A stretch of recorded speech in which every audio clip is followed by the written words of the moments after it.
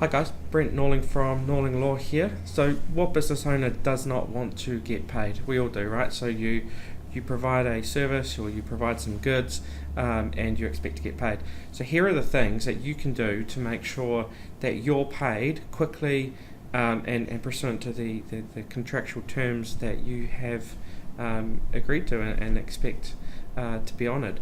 So that's the first thing that needs to happen is you need to have a contract. You need to have some terms of trade or terms of engagement, and they need to be clear, and they need to very clearly set out the rights and obligations of each party to the contract. There should be some terms in there about payment. So what triggers a obligation to pay? So 7 days after invoice, when you're entitled to invoice, all of that needs to be very clear. What happens if they don't pay? So are you entitled to your debt collection recovery costs, your interest? Make sure that's all agreed and clear.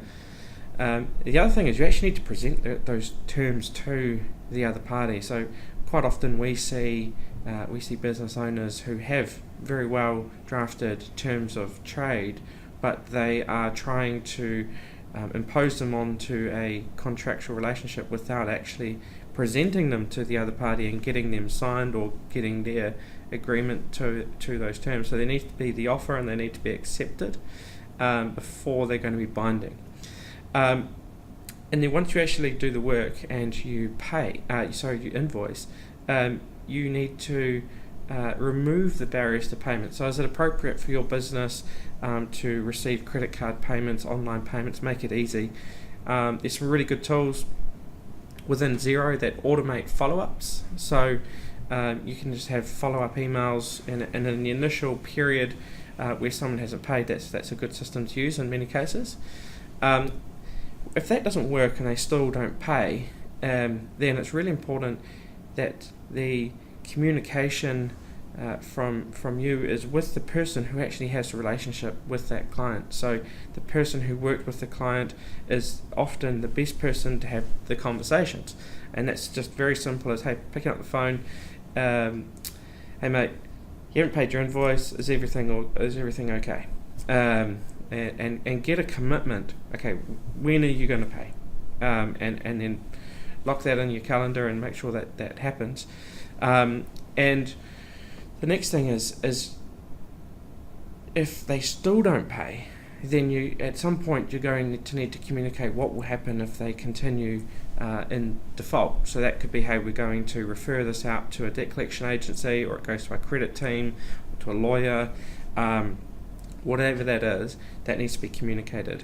And stick to your word, because there is nothing worse than losing credibility in those situations where you make these threats one after the other and you never follow through.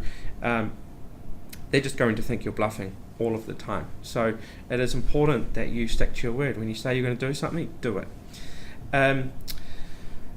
So as part of a collection process, you also need to have a policy of what happens if it gets to 30 days, 60 days, 90 days.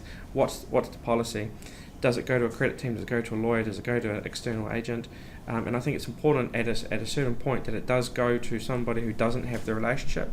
Somebody new needs to be introduced in. It needs to escalate. And so as part of a policy, I would recommend that business owners decide if a debt is 30, 60, 90 days, whatever is appropriate in their specific business, they do refer it out at that point and they do not let it continue, because debtors are good at delaying, and it's not uncommon to see debts that are 6 months, 9 months, 12 months and more owing, and so do refer it out of your office if they're failing to pay, because at the end of the day you did provide a service, you provided a good, and there was an agreement. There is no reason why in most cases that debtors are not paying. So I hope you found that helpful. If you have any questions, feel free to get in touch. I'm happy to answer any questions. So Brent Norling from Norling Law. Thank you.